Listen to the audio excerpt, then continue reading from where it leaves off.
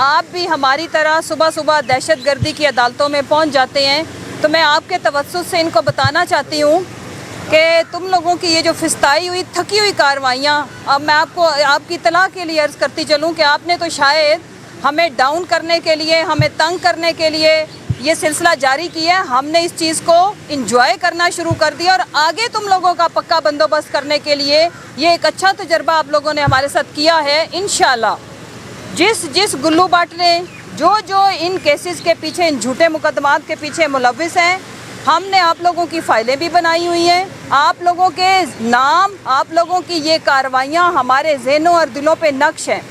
इंशाल्लाह हमारा prime minister आ रहा है, 2/3 मेजॉरिटी से आ रहा है। 2/3 मेजॉरिटी के बाद जो हम आप लोगों का हाल करेंगे ना, उसके लिए तैयार रहना।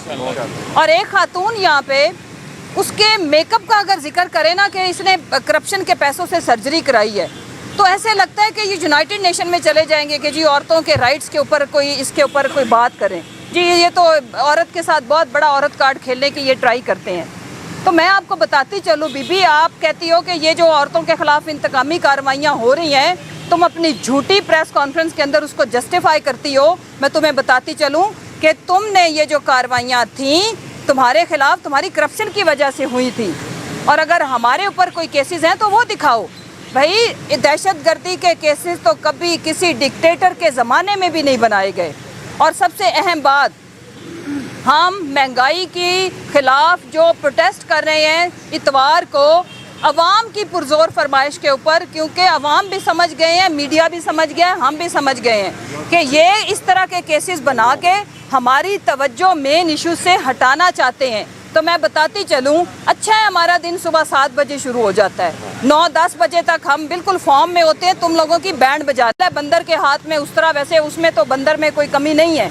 इस जोकर को मैं बताती चलूँ, तुम जितनी ये कार्रवाइयाँ कर रहे हो, तुम लोगों के ख़िलाफ़ जो सबूतों के साथ सारा कुछ मौजूद है, इंशाल्लाह तुम सह नहीं पाओगे। अभी ना तुम 3 में ना 13 में बुलेट प्रूफ गाड़ियाँ लेते फिर रहे हो, और ये जो राना सनाउल्लाह के नक्शे कदम पे चलते हुए सुबह उठते हो तो एक FIR दहशतगर्दी की तुम लोग उसमें हमारे नाम डाल देते हो। मैं बताती चलूँ, असल दहशतगर्द तुम हो। रॉ के लोग तुम्हारी शुगर मिलों के अंदर काम करते हुए पाए गए थे। रॉ की लिखी हुई स्पीच नवाज शरीफ करता है, और अगर इस मुल्क की तारीख लिखी जाएगी तो इस मुल्क के सबसे बड़े गद्दार, इस मुल्क के सबसे बड़े मीर जाफर और मीर सादिक और रॉ के एजेंट, सबसे बड़े दहशतगर्द तुम ही करार पाओगे। मुआशी दहशतगर्दी अपने अरूज पे है।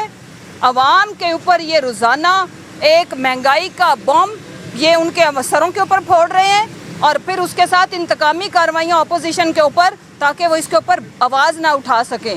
अब मुकदमों के ऊपर बात नहीं होगी, जो कर सकना है कर लो। हम महंगाई के ख़िलाफ़ ही प्रोटेस्ट करेंगे। अवाम के वो जो बुनियादी हकूक़ तुम लोगों ने सलब करके रख लिए हैं, जो जुल्म की चक्की में एक आम आदमी पिस गया, उसके ऊपर बात होगी। और दूसरी जो सबसे अहम बात आखिर में, कि तुम लोगों को इंशाल्लाह मुंह छुपाने के लिए जगह नहीं मिलेगी। ये ज़मीन, ये पाक धरती, ये मुहिब्बे वतन पाकिस्तानियों की है, और वो तुम लोगों के ऊपर तंग करेगी 22.5 करोड़ अवाम। पहले आपका मुहासबा और एहतसाब होगा जब तुम लोग अभी बाई इलेक्शन में जाओगे गद्दारों और लोटों, मीर जाफरों, मीर सादकों के साथ। अगला आपका अल्टीमेट मुहासबा होगा जब वो अपने कायद को 2/3 मेजॉरिटी देंगे और तुम लोगों को हमेशा के लिए माजी का किस्सा बनाएंगे और सियासी तौर पर दफन कर देंगे। बहुत शुक्रिया।